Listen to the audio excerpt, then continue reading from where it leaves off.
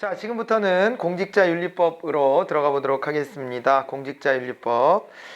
이 법은 공직자 및 공직 후보자의 재산에 이제 등록하고 등록 재산에 대한 공개 및 재산 형성 과정 소명과 공직을 이용한 재산 취득의 규제, 그 다음에 공직자의 이거는 또 뭐가 되겠어요? 이거는 그 선물 같은 거가 있으면 신고하라고 돼 있는 거겠죠, 그죠? 선물 신고와 그 다음에 주식의 백지 신탁, 퇴직 공직자의 취업 제한 및 행위 제한을 규정했다 이렇게 되어 있습니다. 자, 그래야 크게 5가지잖아요. 공직자 윤리법에서 규정하고 있는 내용들이 공직자 윤리법이다라고 할 때 여기에서 이제 정해져 있는 것들이 이제 여기 이제 재산에 대한 등록과 재산 등록과 그 다음에 이제 공개에 관련된 부분이고요. 그 다음에 이제 주식이 있으면은 주식에 백지 신탁을 해야 되는 거고요. 그리고 또 이제 뭐가 있냐면요. 선물 같은 거 있잖아요. 선물 신고하고 그 다음에 이제 이게 귀속시켜야 되는 거예요. 그죠? 요거를 갖다가 이제 선물을 갖다가요. 이거를 갖다 이제 다시 맡겨야 되는 거죠. 그래서 자기 거가 아니다 이렇게 되는 거예요. 선물 신고의 의무 같은 것들이 이제 있다. 그리고 이제 또 뭐가 있냐면은 취업 제한이 있죠. 취업 제한 이런 것들이 있고요. 여기다가 하나 궁극적으로 딱 보면은 이해 충돌을 본인하고의 이해 충돌을 이제 방지해야 한다. 라고 하는 부분입니다. 이렇게 5가지를 좀 떠올려 놓으시면 되는데 여기서 보시면은 이제 그래가지고 그 내용이고 맨 끝에 가서 이제 이해충돌 방지라는 것까지 거기다 갖다 넣으시면 되는 거고요. 생활보장 같은 게 있는데 그래서 국가는 공직자가 공직에 헌신할 수 있도록 보장해줘야 돼요. 예, 그래갖고 공직자의 이제 생활보장을 해줘라라고 하는 것이고 대신에 생활보장 해주는 만큼 야, 너 이거 함부로 너 저 돈 슈킹하고 그러면 너 가만 안 둬? 뭐 이렇게 이제 해야 된다는 거죠. 자, 그 다음에 이해충돌 방지의 의무가 다시 한번 이제 언급이 되어 있습니다. 그렇게 봐두시고 그리고 이제 등록 의무자가 있는데 기본적으로 이제 재산 등록을 해야 될 대상자는 4급 이상 공무원이다 이렇게 생각하시면 됩니다. 일반직 4급 이상 공무원 거기 준하는 공무원들이 여기 이제 등록 의무자가 된다. 그리고 당연히 이제 정무직 공무원들은 당연한 등록 의무자, 뭐 공개 의무자까지 됩니다. 그렇게 봐두셔야 돼요. 그래서 이게 이제 재산 등록은 4급 이상이고 공개는 1급 이상이라는 것을 기억을 해 놓으시고 정무직 공무원은 당연히 다 들어간다 이렇게 생각하시면 됩니다. 좀 구체적으로 보면은 그 밑에 뭐 이제 뭐 법관, 검사 싹 다 들어오고요. 그리고 이제 헌법재판소, 헌법연구관도 들어오고 장교들 중에서는 이제 대령 이상이면 등록 의무고요. 공개는 어디가 공개 의무냐면은 공개는 군인 중에서는 중장 이상이에요. 중장 이상이면은 3스타 이상이면은 이제 공개까지 해야 됩니다. 우리가 다 들여다볼 수 있어요. 그래서 이 사람들 얼마나 봤나 이런 것들을 하는 건데 생각만큼 많이 못 봤더라고요. 이 대장 같은 경우가 얼마 전에 언론 보도 봤더니 대장이 800 얼마? 물론 뭐 거기에 온갖 수당하고 뭐 이런 거 따지면은 더 이제 커지겠지만은 그래도 이제 800 얼마? 생각보다는 거기까지 올라가는 사람은 정말 군대에서도 극소수고 그 정도가 됐다는 것은 대장은 극소수가 아니라 진짜 참모총장 이런 사람이잖아요. 그런 사람인데도 그렇게밖에 안 되더라고 이게. 그래서 우리가 뭐 배웠던 거 기억나요? 공무원의 보수는 제이커브인데 완만하게 누워있는 제이커브. 그래서 이게 초반에는 좀 몰라도 나중에 가서 보면은 이 격차가 그러니까 사회적으로 출세한 사람들끼리 비교해 놓고 보면 그래 놓고 보면 야 이게 뭐 보수는 좀 뭐 짜구나. 우리 지금 여러분들의 시각으로 보면 돈 많이 받는 거 아니야? 이러겠지만 야 그럼 억대가 되는데 이거 많이 받는 거지 하겠지만은 그 분야에서 진짜 완전 탑으로 올라간 거잖아요. 그럼에도 불구하고 그 정도 수준인 것은 민간하고 비교해 보면은 상당히 야하다. 뭐 이렇게 이제 볼 수는 있는 거죠. 명예로 하는 일이다. 이렇게 얘기하는 게 그래서 그래요. 그때 돼가지고 성공한 사람들끼리 딱 모아놓고 보면 제일 가난해. 그렇잖아. 제일 가난해. 그리고 뭐 딴 데서 슈킹 시위 딱 걸리면은 인생 작살나고 뭐 거의 그런 거 아니에요. 이 공무원이. 그래서 이거는 소명의식 이런 것들이 따라와 줘야 되는 것도 맞기도 해요. 자, 이렇게 되고 거기 등록의무자 시행령을 제가 거기다 넣어줬는데 여기는 이제 7급 이상 공무원들이 나와요. 대민 업무에. 그게 11호를 한번 봐보세요. 여기에 대민 업무에 대민 업무 여기 괄호에 들어가는 게 대민 업무라 그러는데 5급 이하 7급 이상 공무원이 포함된다 이런 식이거든요. 그럼 위에도 다 그런 거예요. 위에도 다 그런 건데 뭐 감사원도 그렇고 거기 국민권익위원회도 그렇고 국세청 관세청도 그렇고 그다음에 검찰직 공무원 마약수사직 공무원 이런 사람들 있잖아요. 그죠? 이런 사람들하고 그다음에 그 밑에 대민 업무 종사자 전부 다 5급 이하 7급 이상 공무원 포함한다. 등록 의무자에 이렇게 돼 있는데 여기는 한마디로 7급 이상이면 다 등록해라 그런 얘기예요. 원래 4급 이상이 등록 의무자인데 여기에 관련된 데들은 건수가 많이 생길 수 있을 만한 데들 아니에요? 건수가 포획의 대상 이게 될 가능성이 높은 공직자들이에요. 그래서 여긴 7급 이상이면은 재산 등록하고 재산 변동 흐름을 좀 봐보자 이렇게 하는 거죠. 그죠? 자, 이제 그렇게 되고 등록 대상 재산에는 여기 이제 본인의 재산도 있고요. 그 다음에 또 뭐가 있냐면은 그 배우자 당연히 들어가고요. 본인의 직계 존속과 비속이 들어갑니다. 존속이면 부모, 비속이면은 이제 자녀 뭐 이쪽인데 그 혼인한 딸은 또 예외로 합니다. 우리 문화가 혼인한 딸은 이제 어떻게 돼요? 그쪽 집안 사람이라고 생각하는 경향이 있잖아요. 약간 그런 경향이 아직 좀 법에 좀 남아 있어요. 예, 그래갖고 이제 뭐 슈킹 실 때는 그쪽을 통해 가지고 하면 조금은 안전하지 않을까 뭐 이렇게 그죠? 등록 재산에서 좀 예외가 되면은 그럴 수는 있잖아요. 근데 이제 거기까지는 좀 멀다 이렇게 보는 거예요. 이제 자, 이제 그렇고 그리고 이제 공직자윤리위원회가 이제 있습니다. 공직자윤리위원회가 설치되어 있고 등록재산의 공개 이렇게 되어 있어요. 본인과 그다음 배우자와 존비속의 재산에 대해서 등록사항과 관련된 것을 공개하는 것인데 여기 보면 이제 뭐 정무직 공무원 당연히 다 들어간다가 그랬고 일반직 1급 국가공무원 여기에 속하는 사람들이 공개 대상이다 이렇게 보시면 됩니다. 그 다음에는 주식의 매각 및 신탁이 이렇게 있습니다. 등록 의무자 중에서 제10조 1항에 따른 땡땡 대상자 이랬는데 등록 의무자 중에서 공개 대상자 들인 사람들이 이제 주식에 대해 가지고 매각 또는 신탁을 해야 되는 거예요. 알겠죠? 그래갖고 이게 주식 거의 총 가액이 1,000만 원 이상 5천만 원 이하의 범위에서 대통령령으로 정하게 되어 있거든요. 근데 지금 대통령령을 제가 여기다 소개는 안 했지만은 대통령령으로 보면 3천만 원이에요. 기준이. 그러니까 1,000만 원 이상 5천만 원 이하의 범위에서 대통령령으로 정하라 그랬잖아요. 그러니까 여기 이제 공개 대상자, 재산 공개 대상자들 보통은 1급 이상이지만은 또 이제 아까 말했던 대민 업무 종사자나 이런 사람들은 좀 범위가 넓어질 수 있잖아요. 그죠? 그런 식으로 되기 때문에 우리가 이제 여기서 공개 대상자, 공개 대상자라는 기준을 가지고 이제 접근하는데 이런 사람들이 어떻게 된다고요? 3천만 원 이상의 주식을 가지고 있으면은 요거는 이제 이 초과하게 된 날로부터 1개월 이내 다음 각호에 어느 하나에 해당하는 행위를 직접 하거나 이해관계자라고 하도록 해야 된다 이렇게 돼 있는데 그게 바로 이제 뭐냐면은요 해당 주식을 처분하거나 직접 1호에 보면 처분이고요 그 밑에는 백지신탁이에요. 네, 그래서 대신 팔아달라고 이렇게 하는 것인데 다만 이게 예외가 될 수 있는 것은 있잖아요.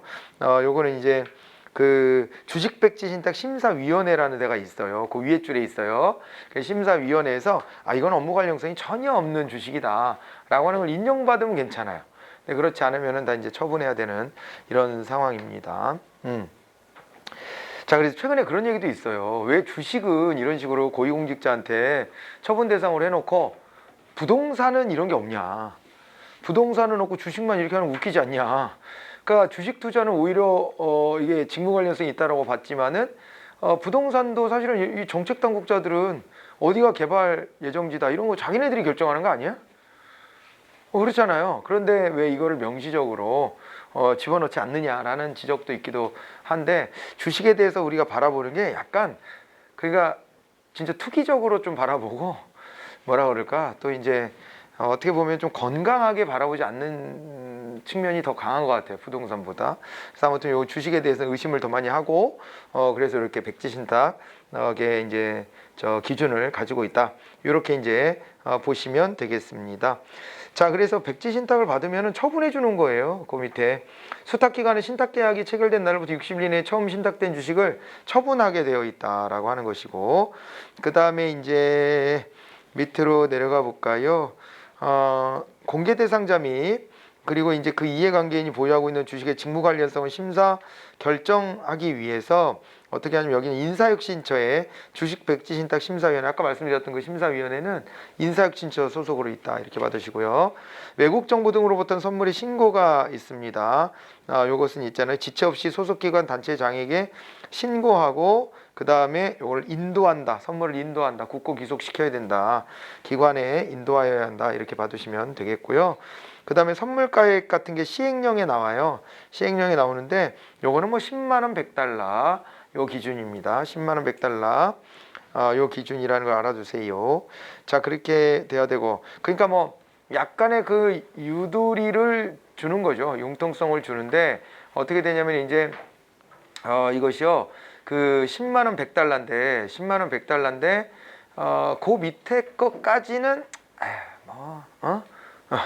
그러니까 아니 진짜 기념품이라고 여기 와서 고생하셨다고, 외국에 나가서 누구 만났는데 그 파트너가 아니 너무 고생했다고 그러면서 공항에서 뭐 작은 기념품 같은 거를 사줬어. 그랬는데 그걸 가지고 야 너 부정하게 그런 거 받았어? 이렇게까지 따지기는 너무 쫑스럽기도 하고, 너무 우리가 사람 사는 것에 온정이라고 하는 부분이 있는데 그런 부분들까지 또 너무 파고드니까 10만원 이상이면은 그건 당연히 이제 이게 그죠, 신고하고 그 다음에 귀속시키고 이래야 되지만은 그 밑에 것까지는 좀 봐줄 수 있는 여지를 만들어 놓고 있는 것이기도 한 거죠. 네, 그렇고 그 다음에 선물 가액까지 받고 그 다음에 국고 귀속 여기 얘기했고, 그리고 이제 퇴직공직자 취업제한은 퇴직일로부터 3년간 퇴직 전 5년 동안 소속했던 부서 또는 기관의 업무와 밀접한 관련성이 있는 다음 각호의 어느 하나에 해당되는 기관에 취업을 하기가 어렵다. 그런데 다만 공직자윤리위원회 승인을 받으면 취업이 된다 이렇게 되고요. 그런데 만약에 승인도 안 받았는데 함부로 이런 데 취업했다, 그러니까 직무 관련성이 있는데 취업했다 그러면요, 해임을 요구하게 되어 있어요. 해임을 요구하게 되어 있습니다. 그럼 또 해임을 해줘야 되는 의무가 또 있기도 한데요. 어디에 못 가는 거냐? 이게 보니까 602페이지가 보면 그 사기업체, 관련성 있는 사기업체에도 못 가고, 그 다음에 또 이제 법무법인 같은 데도 못 가고, 회계법인이나 세무법인 같은 데도 못 갑니다. 그리고 이제 시장형 공기업이라든가 아니면은 또 이제 그 공직 유관단체라고 하는 데가 있어요. 공직 유관단체. 그러니까 여기는 공직 유관단체다 그랬을 때 안전감독이나 인허가 규제를 하기 위한 기관이죠. 이런 데들 공직 유관단체 못 가고, 그 다음에 또 이제 그 사립학교에도 못 가고요. 그리고 이제 학교법인 사립학교, 그리고 이제 그 의료법인이나 사회복지법인 이런 데들도 마찬가지예요. 그래서 이런 데 가고자 할 때는 업무 관련성이 있나 없나 같은 것들을 공직자윤리위원회 심사를 한번 받아보고, 관련 없다 그러면 갈 수 있지만은 관련이 있을 때는 가기 힘들다 이렇게 받으셔야 돼요. 그런데 누가 그렇게 되는 거냐? 자, 앞에 제가 이제 빼놓고 왔는데 등록의무자예요. 기준이 등록의무자. 그러니까 아까 재산 등록의무자들 이런 사람들이 취업 제한 되는 것이다 라고 봐두시면 됩니다. 됐죠? 네, 그렇게 하시고, 그 다음에 취업자 해임 요구가 있어요. 제 19조에 가보시면은. 그래서 요거는 이제 해당인에 대해 가지고 어떻게 하라는 거예요? 해당인에 대해 가지고 취업 해제 조치를 요구하는 거죠. 해임을 요구하는 거예요. 이제 해임을 요구한다 이렇게까지 봐두시고요. 부정 청탁 및 금품 등 수수의 금지에 관한 법률 청탁금지법으로 가보도록 합니다. 청탁금지법에서는요, 여기에 공공기관의 범위, 아까 제가 그랬잖아요. 공공기관 법마다 정하는 기준이 다 좀 다를 수 있다. 그래서 여기 공공기관은 되게 넓어. 그래서 사실은 공공이라 말하기가 참 애매해 보이는 사립학교나 언론기관까지를 다 포함을 하고 있습니다. 그래가지고 거기 보시면은 이제 국가기관이야 뭐 당연하고, 공직유관단체 다 들어오고, 그 다음에 또 이제 공공기관 다 들어오고, 그리고 이제 거기 보면은 가끔 이제 학교에 저 관련된 부분들도 다 들어옵니다. 네, 그래서 그 빈칸들 한번 채워보시기 바라고요. 읽어가면서. 그리고 공직자의 범위에 거기에서 일하는 임직원 같은 사람도 있잖아요. 이런 사람들이 싹 다 들어온다라고 봐두시면 돼요. 언론사까지 들어온다는 게 이게 이제 굉장히 범위가 넓다는 것을 그대로 보여주는 것입니다. 요즘에 국민들이 그 언론인들을 바라보는 시각이 별로 곱지가 않죠. 예, 당사자들은 되게 억울해하는 것 같더라고요. 억울해하는 것 같은데 설마 나를 기레기라고 생각하는 거 아니겠지? 뭐 하는 착각을 하고 있더라고요. 그렇기는 한데 이제 그만큼 국민들의 본인들이 이제 억울할 수 있겠지만은 국민들은 이 사람들이 그래도 공익적 가치를 가져야 된다고 믿는 거거든요. 그잖아요. 언론사에 있는 적어도 이제 언론인이라고 한다면은 공익적 가치를 고려해서 활동을 해야 되는 것이지 자기네들의 사익을 위해서 활동하는 것은 옳지 않아. 이렇게 생각하면서 그 사익적인 냄새가 나거나 아니면 어떤 뭐 의도가 있어 보일 때 그럴 때 이제 기레기라고 이제 규정하는 거잖아요. 근데 이제 억울한 거는 이렇게 쓰면 저쪽에서 기레기라고 그러고 이렇게 쓰면 저쪽에서 기레기라고 그러고 그러니까 이제 억울하지. 당사자는 억울하고 그리고 나는 이 회사원인데 내가 공무원도 아닌데 왜 나한테 그래? 위에서 시켜서 했는데 뭐 이런 것도 있을 거고 본인들은 막 여러 가지 복잡할 거예요. 그런데 국민들의 눈높이가 아무튼 그렇고 그런 맥락에서 여기에 이제 이 기자들까지 다 포함이 된다. 언론사 임직원까지 다 포함된다. 이렇게 보시면 됩니다. 그래서 2호에 보면 공직자가 누구냐 이렇게 했을 때 각각 학교에 뭐 이제 장도 들어가고 교직원과 임직원 다 들어간다. 그리고 언론사에 이제 대표 및 임직원 그리고 그 배우자 뭐 이렇게 다 포함이 됩니다. 예, 그런 식으로 해가지고 범위가 굉장히 넓구나라는 걸 알아두시기 바랍니다. 그리고 금품의 범위에 들어오는 것이 뭐가 있냐 그랬을 때 뭐 금전이죠 기본적으로는. 근데 거기에 이제 유가증권, 부동산, 물품, 숙박권, 회원권, 입장권, 할인권, 초대권, 관람권, 부동산 등의 사용권 이런 것들이 다 재산적 이익이기 때문에 다 들어오고 그다음에 음식물, 주류, 골프 등의 접대, 향응 또는 교통, 숙박 등의 편의 제공도 일종의 내 돈 써서 해야 될 일을 거기서 대신해 주면은 그것도 일종의 이제 부정한 수수가 될 수가 있기 때문에 그런 부분들까지 있다는 것을 봐두시기 바랍니다. 자, 그러면서 부정청탁 금지에 대한 얘기가 나와 있습니다. 그죠? 부정청탁에 대한 금지 이렇게 되어 있는데 이게 뭐냐면 부정청탁이라는 게 이러저러한 그 사안들에 대해서 법령을 위반해서 자기에게 유리하게 해달라 이런 게 이제 부정청탁인 거예요. 그렇죠? 자기한테 유리하게 해달라 이런 것들이 법령에 위반해서 처리하도록 하는 행위 그런 것들이 있고 각급 학교 입학, 성적, 수행평가 등의 업무에 관하여 법령을 위반해 처리 조작하도록 하는 행위 이게 예전 같으면 어때요? 사립학교 같은데 부정 비리 되게 많잖아요. 솔직히 우리 알아요 몰라요? 알잖아. 이번에도 뭐 연세대학교 같은 데나 뭐 이런 데 뭐 난리던데 그죠? 그러니까 뭐 부정 입시 같은 것들이 좀 의혹이 있잖아요. 의혹이 있고 그다음에 뭐 부총장 딸인가? 뭐 대학원인가 어디 뭐 합격시켜준 것도 감사해서 걸리고 그랬는데 그 이후 후속 보도가 나왔어요. 거기에 같이 이제 은근히 이제 협조해줬던 교수들이 가볍게 주의 처분받고 그냥 끝났다. 근데 요즘 시대에 이제 그런 부분들은 우리의 정서에서 멀기도 하고 그게 학교라는 것에 대한 인식도 우리가 어때요? 그게 아무리 사립학교에도 그게 개인 거다라고 생각하진 않잖아요. 그렇잖아요. 그렇기 때문에 거기에서 우리 마음대로 했어. 우리의 기준이야. 이렇게 하는 것을 못 받아들이고 있어요. 이 미국 같으면은요, 오히려 대놓고 기여입학제도 받아주잖아요. 우리는 사립이니까, 사립인데 우리 운영비를 보태줬다. 그럼 우리 고마우니까, 그 사람 추천한 사람 뭐 넣어줄 수 있어. 이런 식인데 우리는 그걸 뭐 음서로 받아들이는 거 아닙니까? 그런 일은 있을 수 없다. 그죠? 네. 그래서 이게 연세대학교가 옛날부터 그런 논쟁거리를 만들었었죠. 그 기여 입학제 같은 거를 도입하겠다고 했다가 90년대 하반에 그런 얘기를 했다가요. 그냥 엄청 막 100분 토론도 여러 번 하고 막 그랬었어요. 그랬는데 아무튼 우리나라에서는 그거 뭐 받아들일 수 있는 그런 것은 아닌 것으로 이렇게 이제 국민 정서가 그런 것들에 대해서 리버럴하면 괜찮아요. 뭐 개인 재산으로 그거 하는 건데 그런 정도 못 해주겠어? 아니 그렇게 해가지고 그렇게 해서 등록금 벌어서 그런 식으로 기여 입학 받아가지고 심지어 기여 입학이니까 이거는 이제 돈 많은 사람들 막 들어오는 거예요. 그러니까 여기다가 기여해 줬다는 거잖아요. 그걸 가지고 어떻게 한다는 거예요? 그걸 가지고서 가난한 학생들 그 장학금으로 쓸 수도 있고 그러면은 좋은 거 아니냐? 학교의 시설도 더 뭐 건물 하나 올라가고 뭐 이렇게 하면 남은 학생들이 다 혜택 보는 건데 그러면 그런 거 왜 못하냐? 정원 외로 해가지고 입학을 좀 더 시켜주게끔 국가가 허용해주면 되지 않냐, 뭐 이런 거죠. 그게 이제 사실 그런 논의가 있었지만은 잘 안 됐고, 그때 그래서 궁금하잖아. 그럼 연세대학교가 생각하는 그 기준, 기여금은 어느 정도 돼야 될까? 여러분 어때요? 연세대학교 한번 입학하는데 얼마 정도면 될 것 같아? 그때는 지금보다 화폐 가치가 더 높았을 때인데도 불구하고 그럼에도 그때 나온 기준이 한 20억쯤 돼요. 그러니까 20억쯤 되니까 이런 사람은 괜찮아.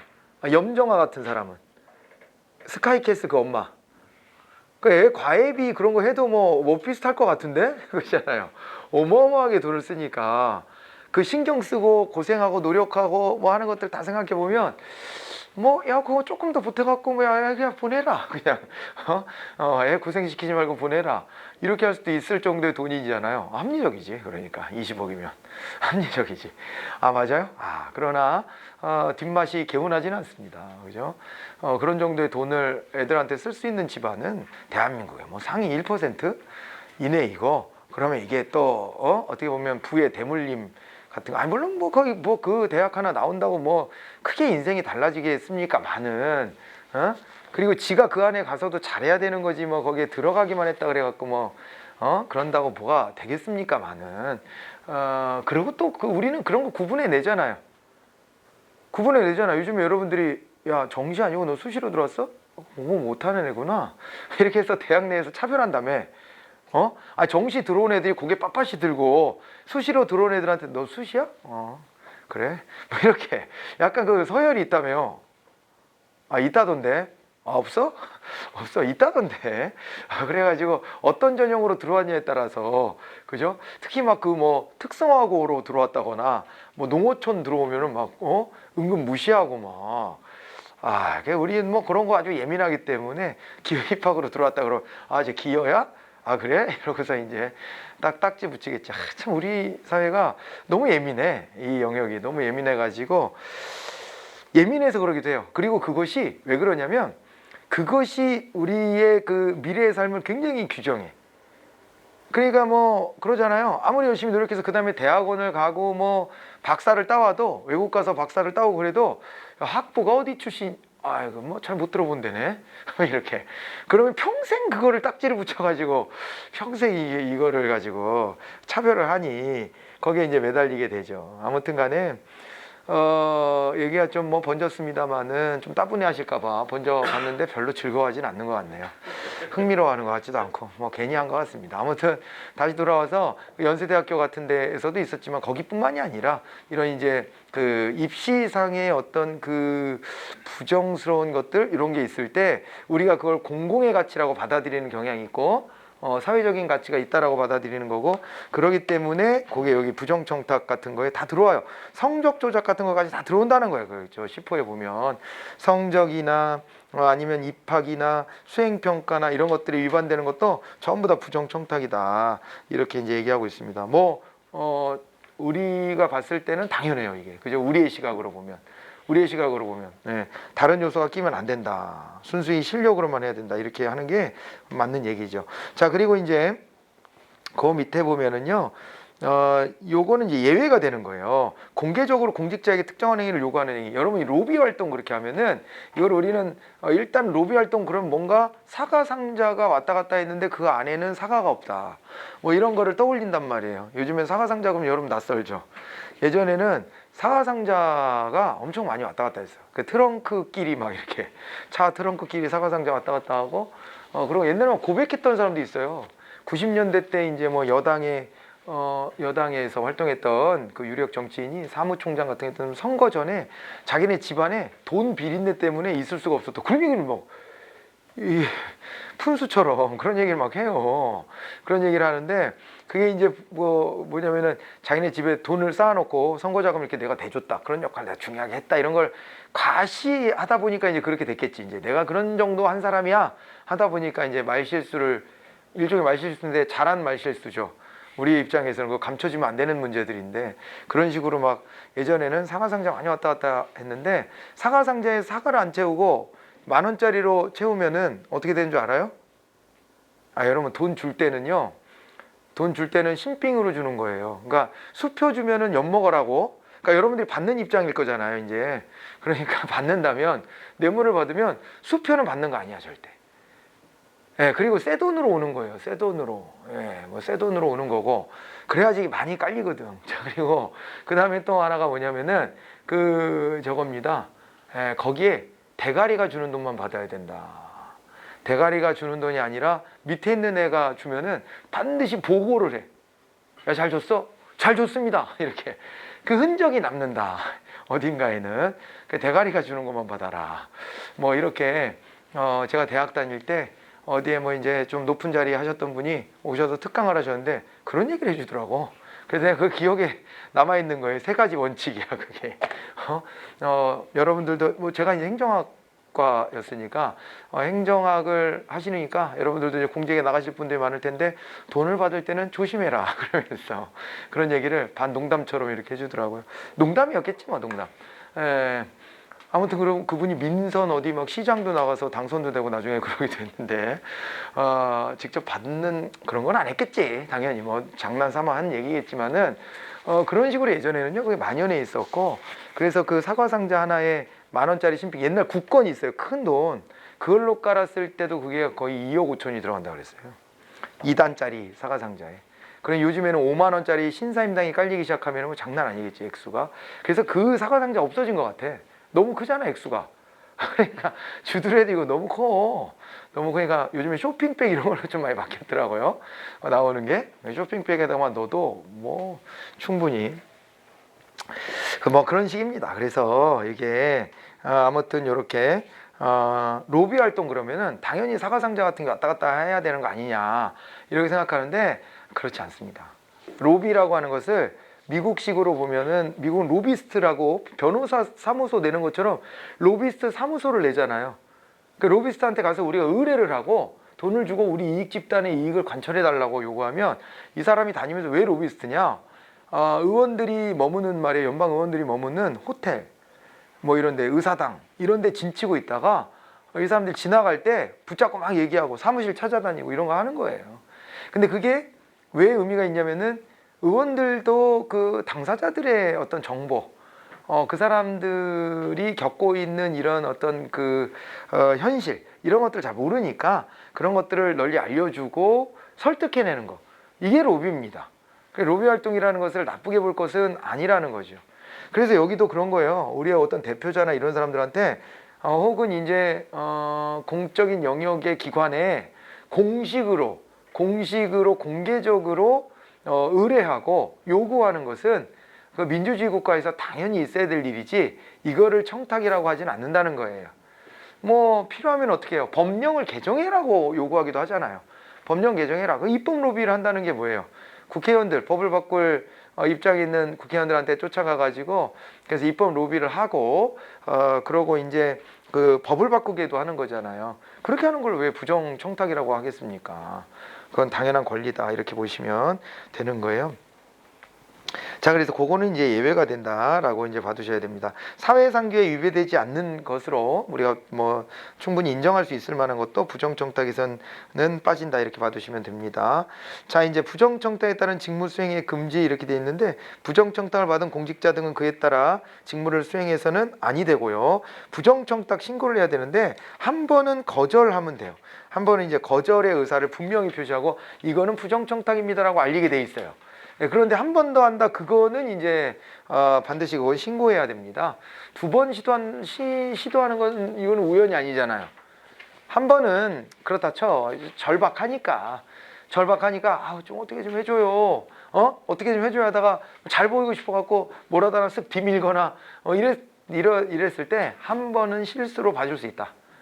그래서 거절의 의사를 분명히 하고 이러시면 안 돼요 라고 분명히 얘기해 주는데 저 사람이 약해서 돈이 약하다고 생각해서 그랬나. 그래서 다시 또 챙겨왔다. 그때는 이제 그건 신고를 해야 한다. 이렇게 보시면 됩니다. 신고하여야 한다니까 의무예요. 의무가 되고 금품 등의 수수 금지 이렇게 돼 있는데 요거는 우리가 이제 공무원 행동 강령 같은 데 봐도 나오는 부분인데요. 공무원 행동 강령이라고 하는 것은 어디에 나와요? 이게 이제 국민권익위원회 설치 및 운영에 관한 법률에 보면 대통령령으로 강령을 만들으라고 돼 있거든요. 그 강령에 보면은 여기 나와 있어요. 연간 회계연도 동안 300만 원, 그리고 이제 한 회에 100만 원 이상의 금전거래 하지 말라고 돼 있어요. 하지 말라고 돼 있는데, 그러니까 그게 뭐 특정한 사유가 딱 분명하면 모르겠지만 그게 아닌 한 이렇게 이유 없이 돈이 왔다 갔다 하는 거 의심해 보겠다는 거예요. 그렇게 하는 건데, 그 강령상으로는 그것이 대통령령으로는 형사처벌을 못 합니다. 그걸 갖다가 법률의 레벨로 여기다가 다시 명시해 놓은 거예요. 법률은 형사처벌 조항을 갖다 붙일 수가 있어요. 그래서 요게 이제 1회 100만 원, 매회 개년 300만 원 초과하는 금품을 받거나 요구 또는 약속해서는 안 된다라고 하는 부분이 나와 있고요. 그 다음에 뭐 외부 강연 같은 것들에 대한 부분들도 이렇게 규정이 다 돼 있고 그래요. 그런데 여기도 이제 예외가 있어요. 이거는 있잖아요.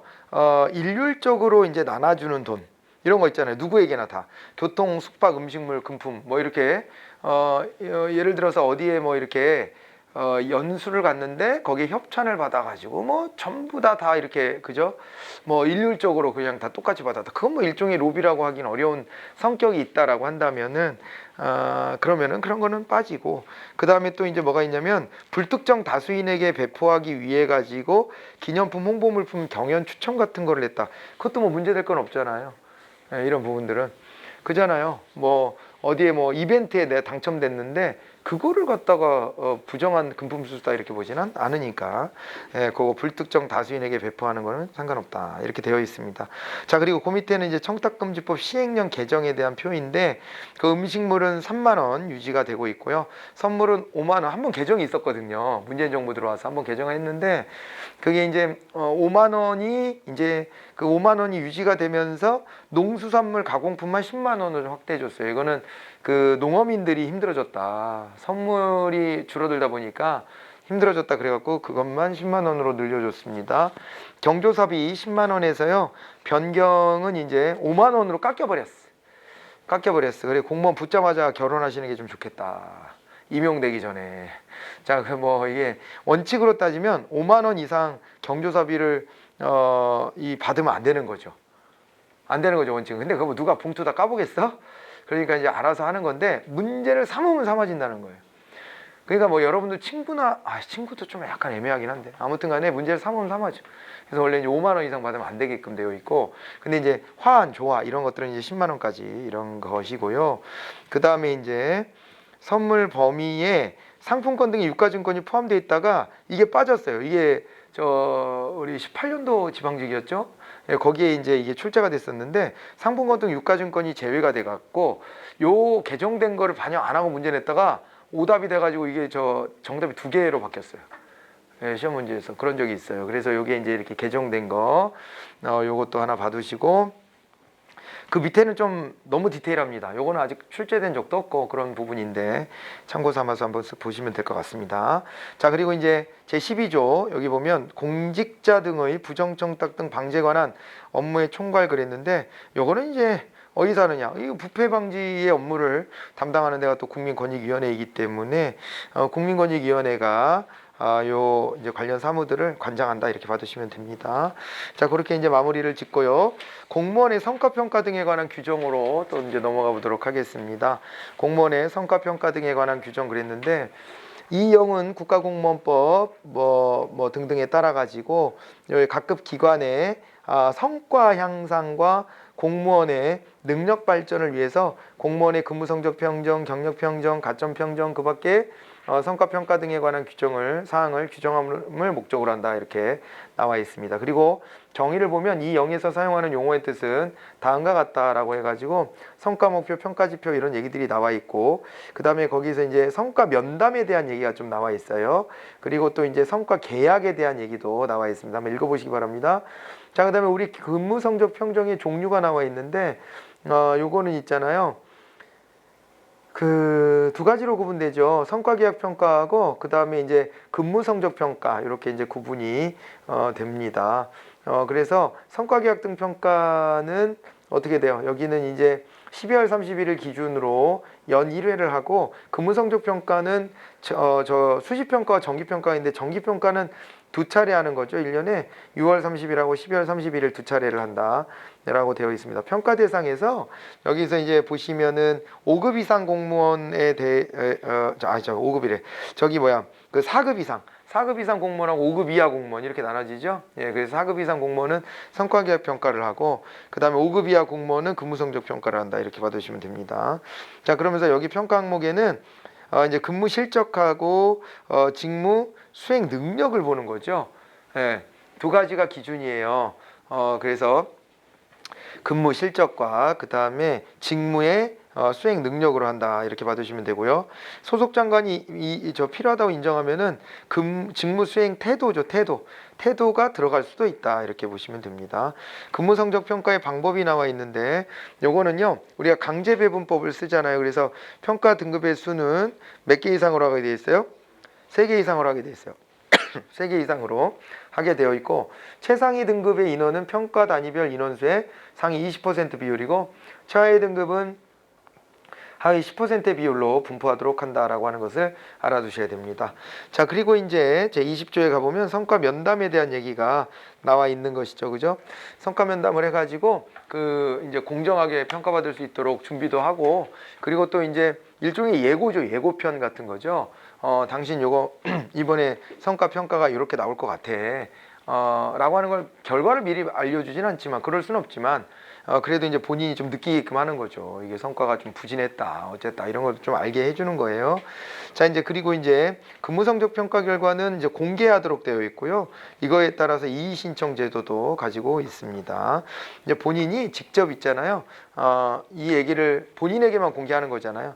본인이 이걸 듣고 이의 신청을 할 수 있다라고 받으시면 되고 그 다음에 이제 내려가 보면은 제 28조에 보면은 요거는 이제 다면평가죠. 다면평가를 이제 참고 자료로 활용할 수 있게끔 되어 있고요.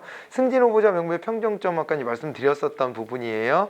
그래서 이게 원래는 80대 20인데 근무성적 평정 결과랑 그 다음에 또 경력 평정 해가지고 20대 80, 80대 20이지만 최대 95대 5까지도 비율 조절이 가능하다는 것을 알아두시면 됩니다. 우리 교재 앞에 그게 잘못 나와 있었잖아요. 잘못 나와 있었던 게 전에는 근무성적 평정점이 70점이었거든요. 그게 그대로 들어가 갖고 제가 그걸 손 본다고 손 봤는데 그거 하나 놓쳐 갖고 70%로 돼 있었던 거예요. 근데 이제 그 개정돼서 그만큼 가면 갈수록 어떻게 하고 있는 거예요. 근무성적 평가 평정 점수를 점점 더 많이 승진에서도 반영하고 있다 이렇게 봐두시면 됩니다. 자, 그 다음에는 이제 부패방지 및 국민권익위원회 설치와 운영에 관한 법률 이렇게 나와 있습니다. 자, 이 법은 이제 국민권익위원회를 설치하고 고충민원 처리. 국민권익위원회가 이제 담당하는 업무가 어떤 것들이 있어요?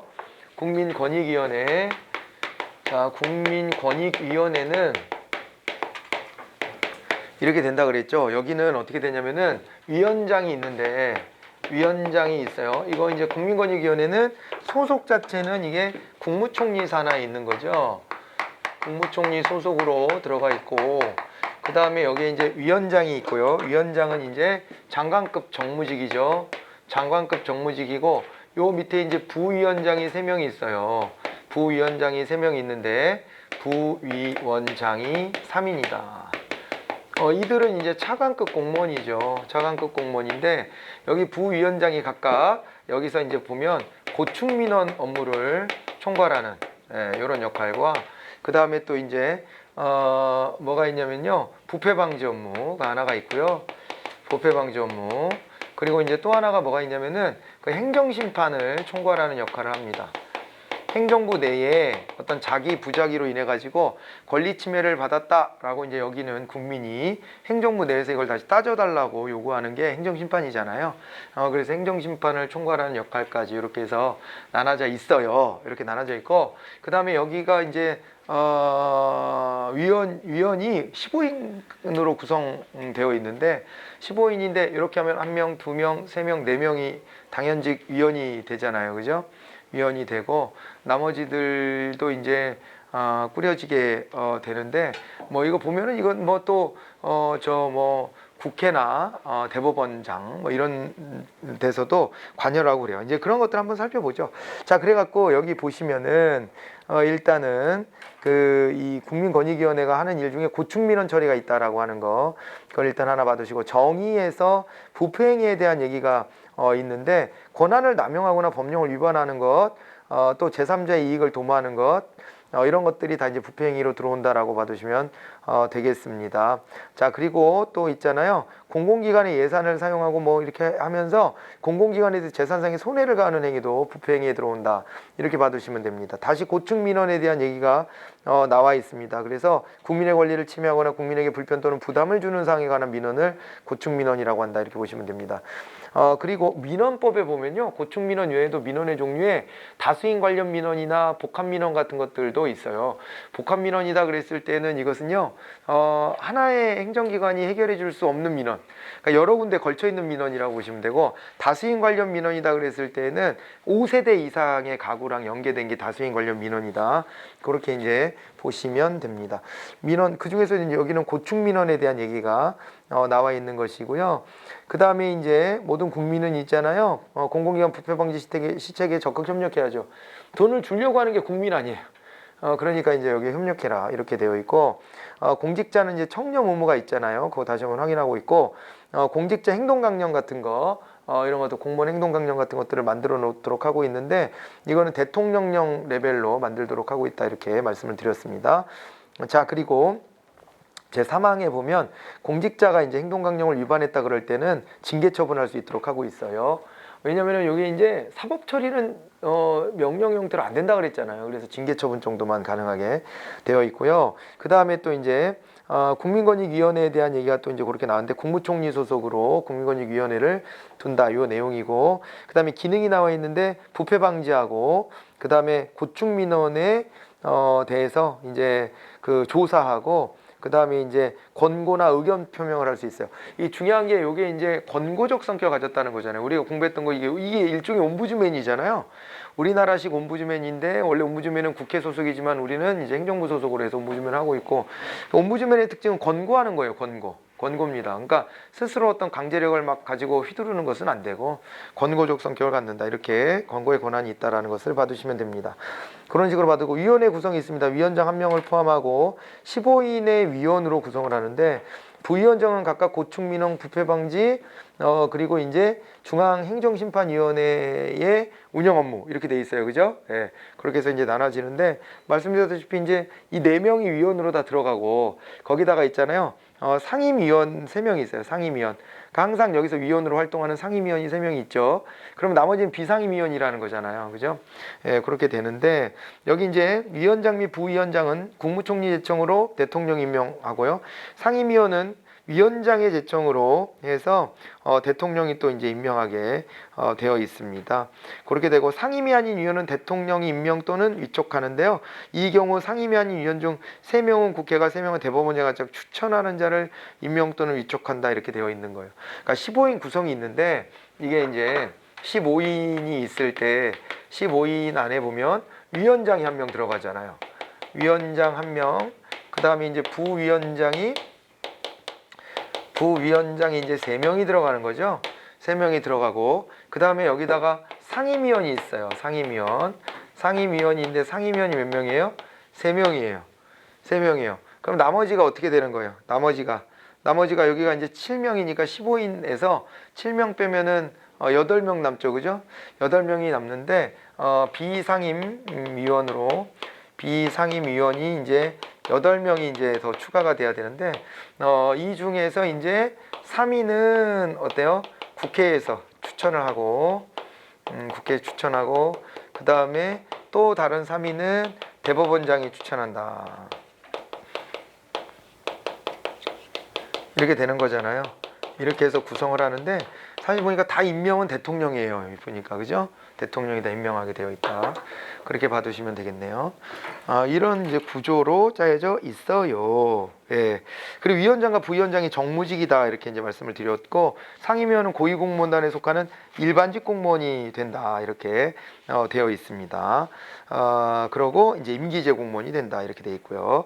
자, 그리고 이제 땡땡땡땡땡땡 위원회 설치 이렇게 이제 되어 있는데, 요거는 이제 이거는 중앙정부에 있는 거잖아요. 국민권익위는. 그럼 지방자치단체 차원에서는 뭐가 있냐면은요, 요거는 이제 시민고충처리위원회라고 하는 거예요. 시민고충처리위원회. 지방자치단체 차원에서는 시민고충처리위원회를 두게 되어 있습니다. 됐지요? 시민고충처리위원회. 예, 이렇게 해서 이름 알아두세요. 예전에 국민권익위원회 전에 중앙고충처리위원회 이런 데가 있었거든요. 이제 여기 그 이름은 이제 없어졌지만 여기에 이제 시민고충처리위원회는 여전히 남아있다 이렇게 봐두시면 됩니다. 그래서 고충민원의 신청 및 접수는 누구든지 할 수 있어요. 외국인을 포함해서 누구든지 이제 자기의 고충이 있을 때 민원 제기를 할 수 있는 것으로 이렇게 봐두시면 되겠고, 그 다음에 요거는 있잖아요. 문서의 형태로 하지만 구술로도 신청할 수 있게 되어 있고요. 자기의 이름과 주소 같은 것들을 다 이제 밝히면서 해야 되고요. 부패행위 신고에 대해서 이것도 누구든지 이제 부패행위는 신고할 수 있다 이렇게 돼 있는데, 이 공무원인 경우에는 공무원 공직자, 여기 56조는 공직자로 할까요? 공직자는 부패행위 신고 의무가 있어요. 그래서 뒤에 보면 신고하여야 한다 이렇게 되어 있습니다. 부패행위를 알게 됐을 때. 자, 그래서 신고의 이제 방법은 기명의 문서로 하는 거예요. 항상 신고 대상과 부패행위의 증거 같은 것들을 함께 제시하도록 하고 있습니다. 증거도 없이 와서 무고할 수도 있잖아요. 그러니까 증거가 있을 때 와서 신고할 수 있도록 하고 있고, 그 다음에 조사 결과의 처리가 되어 있는데요. 이런 게 이제 조사기관은 신고를 이첩받은 날로부터 60일 이내에 감사를 하거나 수사를 하거나 조사를 종결해야 된다라고 되어 있고, 그리고 이제 요게요. 왜 그러냐면요. 다시 한번요. 위로 올라가 보세요. 공직자가 부패행위 신고할 때 어디다 하냐면 국민권익위원회에 신고할 수도 있지만은 수사기관이나 감사원에다가도 직접 얘기할 수 있거든요. 네, 그렇게 됐을 때 그거 아무튼 다 같이 60일 이내에 이게 이제 끝나게 돼야 된다는 얘기고, 그 다음에 이제 신고자의 비밀은 보장돼야 돼요. 기명의 문서로 하긴 하지만은, 그죠? 기명의 문서로 하긴 하지만은 그래도 이것이 비밀이 새어나갔을 때 신변이나 신분의 위협을 받을 수 있기 때문에 그런 부분들을 조심해 줘야 됩니다. 자, 그리고 64조의 2에 나와 있는 게 그게 신변보호 조치예요. 그러니까 물리적인 테러 같은 것들을 또 걱정해야 될 수도 있기 때문에 이런 부분들에 대해서 신변보호 조치를 취해 줄 수 있고요. 자, 국민의 감사 청구권이 있습니다. 이게 정확한 명칭은 국민감사 청구제도죠. 19세 이상 국민 같은 경우에는요. 이제 감사원에다가 감사 청구를 할 수 있어요. 그런데 대통령령으로 정하는 수 이상이라고 했는데, 그거는 그 밑에 이제 시행령 나와 있죠. 300인이에요. 300명 이상이면은 이제 감사 청구를 할 수 있게끔 되어 있습니다. 감사원에다가 감사 청구를 하고요. 그리고 이제 그러나 감사 청구 대상에 제외되는 것들이 좀 있는데, 국가의 기밀이나 안전 보장에 관한 사항은 이제 제외가 된다라고 봐두시면 됩니다. 그리고 사적인 권리관계 또는 개인의 또 여기서도 사생활에 관련된 것들은 또 제외가 된다 이렇게 봐두시면 되고, 이미 감사가 끝났거나 감사 진행 중이다라는 것도 다 제외가 됩니다. 자, 감사 청구의 방법은 또 이제 기명의 문서로 하는 것이 기본이고요. 그 다음에 이제 감사 실시의 결정 이렇게 되어 있는데, 감사 청구된 사항에 대해서 감사원 규칙으로 정하는 국민감사 청구 심사위원회가 또 있어요. 여기에서 이제 실시 여부를 결정해야 됩니다. 아까 제외되는 상황에 들어가는지 안 들어가는지를 따지면 되죠. 감사 청구에 한 감사도 60일 이내에 또 끝나야 되는 것입니다. 비면직자 취업 제한은요 5년 5년이라는 것을 기억해 주세요. 5년 5년. 우리가 원래 있잖아요. 이랬잖아요. 파면됐던 자는 어떻게 돼요? 파면됐던 자는 이제 3년간 5년 전까지 일했던 분야에 못 가는 거잖아요. 근데 여기는 5년 5년으로 비면직자는 취업 제한이 또 이제 더 강력하게 적용된다 이렇게 봐두시면 됩니다. 아니야 내가 뭐라 그랬어? 파면 말고, 파면은 5년간 공무원이 안 되는 거고, 파면이 아니라 저기 우리 저 재산 등록 의무자, 예, 그 얘기를 한다는 게, 재산 등록 의무자가 3년 5년이었잖아요. 예, 그거 기억해 보시면 됩니다. 그거 기억하시고, 근데 여기 비면직자는 5년 5년이다 이렇게 비교를 하시면 돼요. 그렇게 이제 다시 말씀을 드립니다. 자, 그리고 조치 요구에 대한 불이행에 대해서는 또 이제 처벌할 수 있도록 하고 있습니다. 이렇게까지 봐두시면은 우리가 인사행정론에 관련된 법들을 싹 다 봤어요. 싹 다 봤고, 이제 국가재정법, 네, 국가재정법, 요거는 이제 저기로 들어가는 거죠. 재무행정론으로 들어가서 국가재정법 복습 한번 해볼까요? 네, 그렇게 할게요. 잠깐 쉬었다 뵙겠습니다.